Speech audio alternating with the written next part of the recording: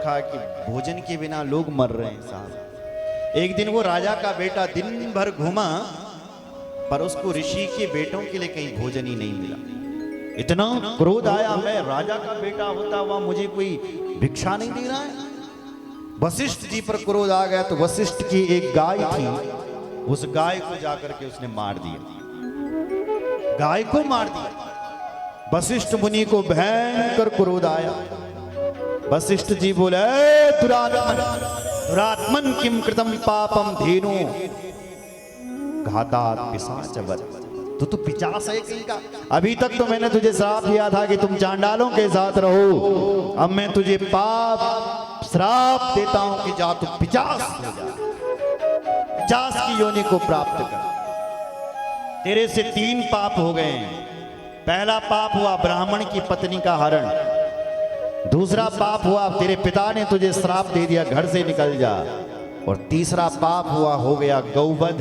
3 पाप हो गए हैं। तेरे सिर पर, तेरे शरीर पर 3 शंकु उत्पन्न हो जाए तो तेरे के शरीर पर 3 शंकुबल उत्पन्न हो गए, 3 सिंह, तो उसका नाम पड़ गया त्रिशंकु। सत्यव्रत का नाम त्रिशंकु पड़ा क्योंकि उससे 3 पाप हो गए हैं। मस्तक पर 3 शंकु है और 50 योनि के लिए प्राप्त है। दर दर की ठोकरें खा रहा है वो व्यक्ति, 50 योनि में पड़ा हुआ है। विश्वामित्र को जब दया आई, उनको जब पता चला कि एक राजा का बेटा जिसने मेरे बच्चों को खिलाया पिलाया, उनको बचाया इस अकाल से, तो उनको दया आई। वो उस बेटे के पास गए और उसको देवी का मंत्र दिया महाराज, मां का मंत्र, नवार्ण मंत्र। वो मंत्र उसने जपा, जापस्य च दशांसेन ओम कार्योर्थ विधान। अब वो मंत्र तो जप गया, लेकिन दशांश हवन होना था, कोई उसका हवन करने के लिए तैयार नहीं। तब विश्वामित्र जी गए, उन्होंने उसको उसका हवन किया। भगवती ने उसको दर्शन दिए। दत्वाथ दर्शनम देवी तमुवाच नृपात्मजम सिंहरूढ़ा महाराज गंभीरया गिरा। आकाश से मेघ गंभीरया गिरा। मेघवाणी यानी आकाश से व्योमवाणी होने लगी कि हे बालक, आपने मेरा दशांश हवन पूरा कर दिया है, अब आप इस 50 योनि से मुक्त हो जाओगे। तो भगवती की कृपा से वो वरुण का पुत्र जो सत्याव्रत था वो 50 योनि से बल मुक्त हो गया। उसके 3 शंखु पाप के चिन्ह हट गए साहब। यहां मां ने उसके बाप को दर्शन दिया कि अपने बेटे को घर ले आओ, तो वरुण ने अपने पुत्र को घर लाया और उसको राजा बना दिया महाराज। पुत्र धर्मे रतिकार्यो माननीया मुखोद्भवा। अपने पुत्र को समझाने लगी, हे पुत्र, मैं तुम्हें राजा बना रहा हूं, वो भी देवी की आज्ञा से, हमारी कुल देवी की आज्ञा हुई है। पुत्र, राजा का धर्म क्या होता है? न्याय से कमाए और अपनी प्रजा की हमेशा रक्षा करें, सत्य बोले, कुमार्ग पर ना चले। राजा ना अपने आप कुमार्ग पर चले, ना अपनी प्रजा को कुमार्ग पर चलाएं, तपस्वियों की सेवा करें। देखो महाराज, हर किसी की सेवा भी नहीं होती है। कहीं तुमने भिखारी की सेवा भी कर दी, आप बोलेंगे तुम नारायण सेवा कर रहे हो। सेवा केवल तपस्वियों की ही होती है। बोलो जय श्री राम। उनको आप कुछ दान दे सकते हैं, लेकिन आप चाहेंगे कि मैं इनके चरण भी देता हूं दबा के।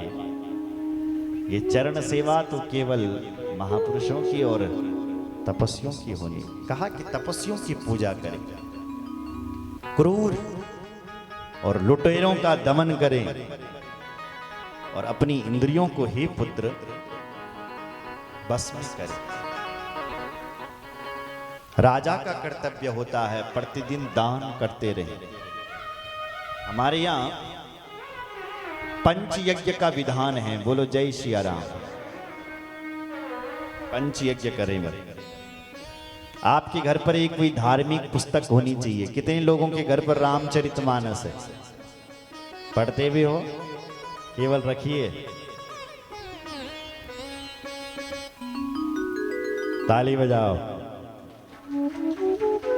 श्रीमद् भागवत कितनों के घरों पर है?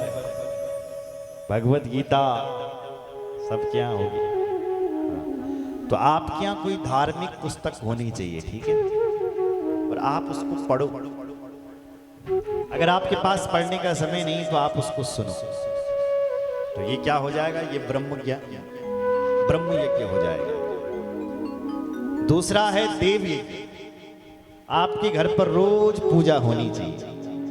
एक दीपक आपके घर पर रोज जलना चाहिए, सुबह शाम। ऐसा ना हो कि साल भर में एक बार दिवाली आए।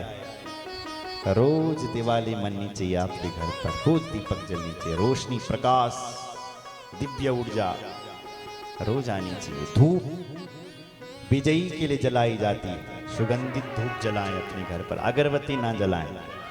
अगरबत्ती तो कहीं लिखा ही नहीं है कि अगरबत्ती जलानी चाहिए।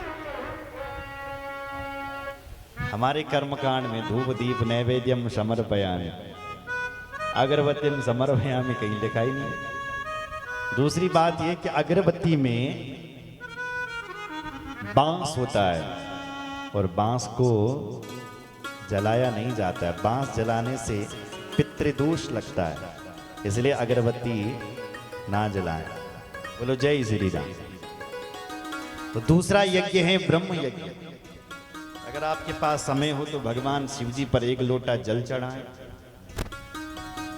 अगर आपके पास समय हो तो एक लोटा भगवान सूर्य नारायण को भी दें। भगवान सूर्य जब मीन राशि में और कर्क राशि में रहते हैं तब वो बहुत तपते हैं, गर्म होते हैं। तो जब उसको तवनी जल चढ़ो दो तो वो शीतल हो जाते हैं, थोड़ा उनको ठंडक मिल जाती है। दिन रात आपके लिए प्रकाश भेज रहे हैं, प्रकाश कर रहे हैं। क्या जरूरत है उनकी? क्या देते हो तुम उन्हें? बिजली का बिल तुम जमा नहीं करोगे तो तुम्हारा कनेक्शन काट दिया जाएगा। वो बिना स्वार्थ के आते हैं, रोज आपको प्रकाश देते हैं। भारतवर्ष में पानी तो फ्री का है, दे दो ना भगवान को एक लोटा जल, क्या जाता तुम्हारा? इतनी अच्छी जिंदगी तुम्हें मिल रखी है। भगवान सूर्य जब कर्क राशि में प्रवेश करते हैं बड़े गर्म होते हैं। शिवजी भगवान को जल चढ़ाएं, नहीं सूर्य नारायण को, भगवान शिव जी को भी जल चढ़ाएं, क्योंकि भगवान शिव जी जहर पीते हैं और जहर पीने से महाराज गर्म होता है ना, जहर तो गर्म होता है। तो भगवान शिव जी को ठंडा जल चढ़ाएं, जितना ठंडा आप चढ़ा सकते हैं। शीतल जल, निर्मल जल, बोलो जय श्री राम। ठंडा तो वो हो जाएगा आपके यहाँ देव यज्ञ। तीसरा है अतिथि यज्ञ। आपके घर से कोई खाली हाथ ना जाए। अगर द्वार पर कोई आ गया तो वो भूखा ना जाए, कुछ ना कुछ उसको खा पी करके भेजो। कुछ नहीं है तो एक लोटा पानी पिलाओ, लेकिन अतिथि खाली हाथ बिना खाए पिए नहीं जाना चाहिए। वो रोज का एक यज्ञ है, अतिथि यज्ञ। चौथा है पितर यज्ञ। पितर भी इंतजार कर रहे हैं, कोई बोलो हमार जो हमनी एक लोटा जल देगा, पानी देगा। कितना समय लगता है? हमारे पंडित जी कहते हैं, क्यों पंडित जी, कितना समय लगता है? 2 मिनट तो लगते हैं।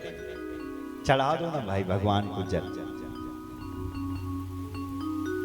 पंडित जी सुबह उठेंगे, सूर्य भगवान को भी अर्घ्य देंगे, जल देंगे, पितरों को भी जल देंगे और शिव जी को भी जल देंगे, जो जरूरी है। भगवान सूर्य तप रहे हैं, उनको जल देना जरूरी है। शिव जी भगवान ने जहर पिया है, शिव जी भगवान को भी जल देना बहुत जरूरी है भैया। और पितर हमारा इंतजार कर रहे हैं, कोई होगा हमारे वंश में जो हमें तिलांजलि देगा, श्रद्धांजलि देगा, धूपांजलि देगा। और जो बोला अपना पितरों ने ना पूछो दो, पितर उनका रक्त पान करते हैं, खून का पान करते हैं, जो अपने पितर उठते एक लोटा जल नहीं देता। सुन रहे हो? इसलिए एक लोटा जल पितरों के लिए। इसलिए चौथा यज्ञ है पितर यज्ञ और पांचवी यज्ञ है भूत यज्ञ। आपके घर की पहली रोटी गौ माता के लिए, बीच वाली रोटी पक्षियों के लिए और अंत की रोटी बोलो स्वान के लिए, कुत्ते के लिए। ठीक है? तो ये 5 प्रकार के यज्ञ हो गए। इसलिए हे पुत्र, प्रतिदिन दान करें। देखो भाई, दान करना भी बहुत जरूरी है। दशांश दान करें। बोले आपका पैसा में कमी तब आती है जब हमारा धन दुर्व्यसनों में खर्च होता है। फालतू का पैसा खूब कदा आप खर्च है ना, हर चीज के लिए खर्च करेंगे, लेकिन जहां दान देने की बारी हो वहां सबसे छोटा नोट ढूंढेंगे। अरे 10 का कहां रखा होगा वो, ये बार बार 100 का ही निकल रहा है। अरे मैंने अलग रखा था बांटने के लिए 10-10 रुपए। बोलो जय श्री राम।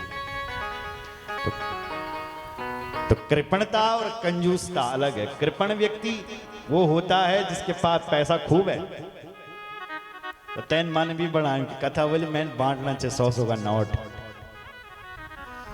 पर कम करके नहीं साहब 100 का नहीं 50 का, फिर मन बदल नहीं 20 का ठीक है। अरे ये भी ज्यादा हो रहा, खुले याम मिल रहे हैं 10-10 के बांटवा। तो ये हो गई कृपणता, मतलब जो होते हुए भी खर्च न करे वो कृपणता है। और कंजूस जो देता ही नहीं है, जो देता ही नहीं है वो उसको कंजूस कहते हैं। तो देवी की यज्ञ में बार बार वेद व्यास जी कह रहे हैं, हे जन्मेजय, देवी के यज्ञ में कृपणता नहीं चलती है, उदारता चलती है। बोलो जय श्री राम। इसलिए उदार मना होकर के दो दान। इसलिए बेटा प्रतिदिन दान करते रहें, दुष्टों की संगति को त्याग देंगे। देखो भाई, जनु हलु बल संग तनु लगलो प्रसंग। बीड़ी पीने वाले के संग में रहोगे तो तुम्हारा भी मन करेगा कन्वेन्नो बीड़ी। देखा भाई कैसी होती है बीड़ी, इधर ला जरा एक। क्यों संदीप जी? बोलो जय श्री राम।